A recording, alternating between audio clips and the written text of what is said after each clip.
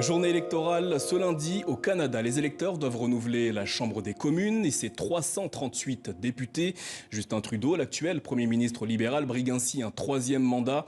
Mais l'issue du scrutin demeure incertaine. On retrouve notre correspondante au Canada, Catherine François. Catherine, hier, les chefs des principaux partis politiques ont lancé leur dernière force dans cette courte campagne électorale. Oui, un véritable sprint en fait qui s'est fait au cours de la semaine, cette dernière semaine de campagne sur un rythme assez effréné pour les 4 principaux chefs des partis politiques canadiens. Alors bien sûr, les libéraux de Justin Trudeau qui espèrent être reportés au pouvoir pour un troisième mandat. Il y a aussi les conservateurs du nouveau chef Erin O'Toole qui lui espère devenir le prochain premier ministre du Canada. Il y a les néo-démocrates de Jacques Meeting et les bloquistes de Yves-François Blanchet, le Bloc québécois, comme vous le savez, c'est ce parti qui ne présente des députés qu'au Québec et qui défend les intérêts du Québec au Parlement à Ottawa.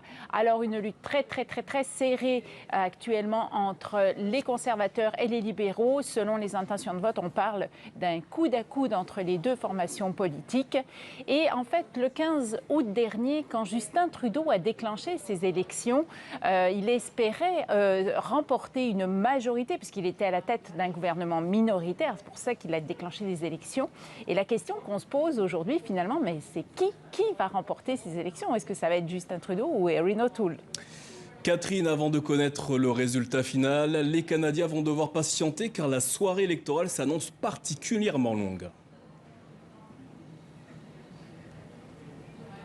Oui, effectivement, parce que, et comme je viens de le dire, donc très serré dans ces résultats, on s'attend à une lutte très serrée.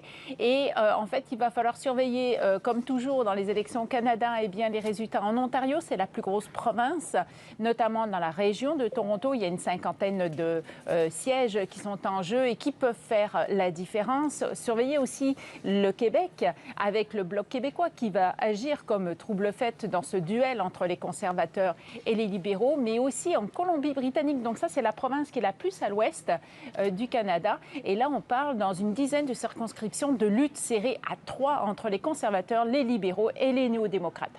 La seule certitude qu'on a pour l'instant, c'est que le gouvernement qui sera élu ce soir sera minoritaire. Est-ce qu'il sera rouge libéral? Est-ce qu'il sera bleu conservateur?